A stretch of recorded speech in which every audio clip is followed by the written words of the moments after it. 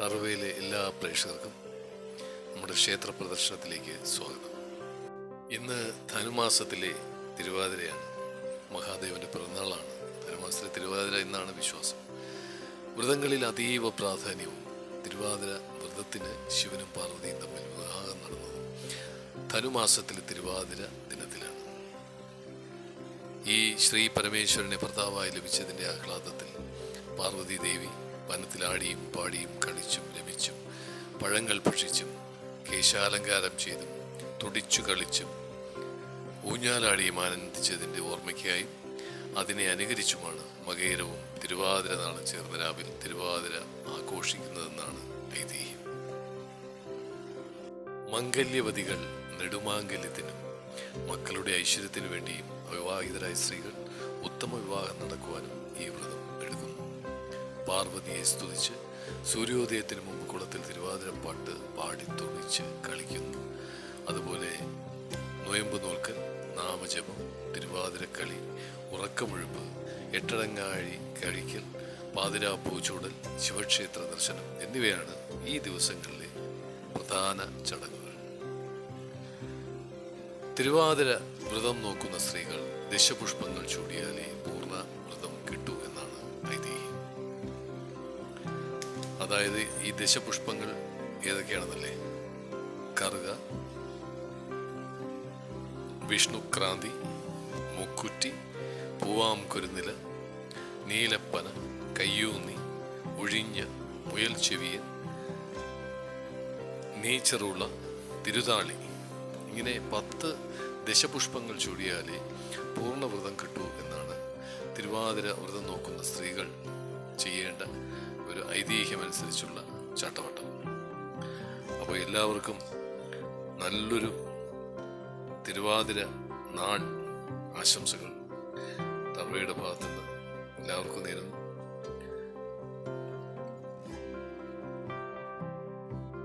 കരൂർ ശിവക്ഷേത്രത്തിലെ ചടങ്ങുകളാണിപ്പോൾ ഈ കാണുന്നത്. ശരിക്കും പറഞ്ഞു കഴിഞ്ഞാൽ ഈ ചടങ്ങ് ഞാൻ ആദ്യമായിട്ടാണ് കാണുന്നത്. എന്നാലും അതിനുള്ള ഒരു ഭാഗ്യം ഉണ്ടായതിൽ ദൈവത്തോട് നന്ദി. അടുത്തതായിട്ട് തിരുവള്ളൂർ മഹാദേവ ക്ഷേത്രത്തിൽ ഇന്നും അവിടെയും ഉത്സവം സമാപിക്കുന്ന ദിവസമാണ്.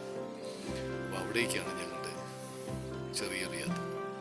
കരൂർ ക്ഷേത്രത്തിൽ നിന്ന് ഏതാണ്ട് ഒരു 3-4 കിലോമീറ്റർ ദൂര വ്യത്യാസമുണ്ട്. വളരെ മനോഹരമായി അലങ്കരിച്ചിരിക്കുന്ന ഈ ക്ഷേത്രം കാണാൻ തന്നെ കണ്ണിന് കുളിർമ പകരുന്ന കാഴ്ചകളാണ് ശരിക്കും. ഞങ്ങളിവിടെ വന്നത് വളരെ ഉചിതമായ സമയത്താണെന്നാണ് എൻ്റെ വിശ്വാസം. കാര്യം ആകാശത്ത് ദൃശ്യ വിസ്മയം തീർത്തുകൊണ്ട് കമ്പക്കെട്ട് നടക്കുന്ന സമയത്താണ് നമ്മൾ ചെന്ന് കയറിയത്. അപ്പം അതിൻ്റെ ആ വർണ്ണോജ്വലമായ കാഴ്ച നേരിട്ട് ആസ്വദിക്കാൻ പറ്റി. അതുപോലെ വളരെ ഗംഭീരമായ ഒരു ക്ഷേത്രമാണ്.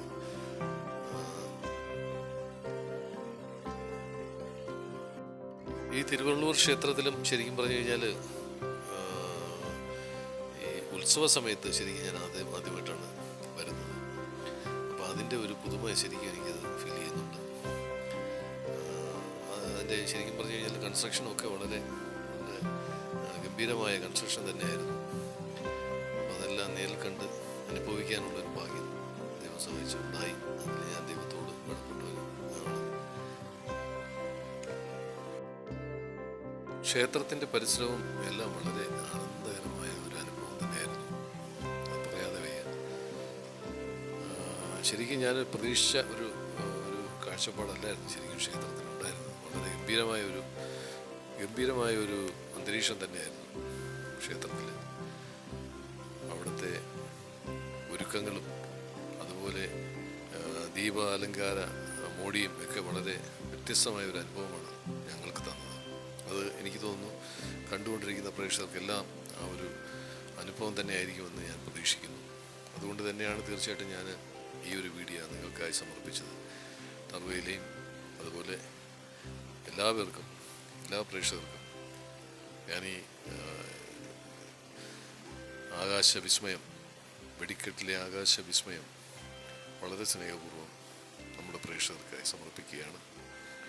അവർക്ക് ശരിക്കും ഒരു ദീപാനന്ദ കാഴ്ച തന്നെയാണ് കണ്ണിന് പുളകം കിട്ടുന്നതും, അതുപോലെ ദേവിയുടെ നാമങ്ങൾ, ദേവൻ്റെ നാമങ്ങൾ സ്തുതിച്ചുകൊണ്ട് നമുക്ക് ഈ ഒരു ധനുമാസത്തിലെ തിരുവാതിര നാളിലെ ആഘോഷം എല്ലാവർക്കും, നമ്മുടെ ടർവയിലെയും എല്ലാവർക്കും, എല്ലാ വ്യൂവേഴ്സിനും വേണ്ടി സമർപ്പിക്കുകയാണ്.